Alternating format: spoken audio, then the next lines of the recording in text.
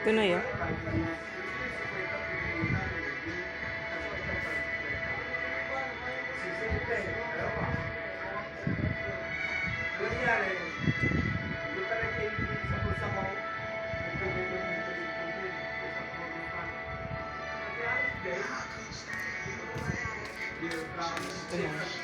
Naku, meron pa sinuli. Yan ho yung pumasok doon kaya ho nadurog yung pumapasok yung langis din.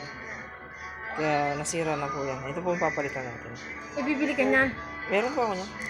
Papalitan na lang ho natin yun para hindi na ho bumalik yung sa akin. Ayan.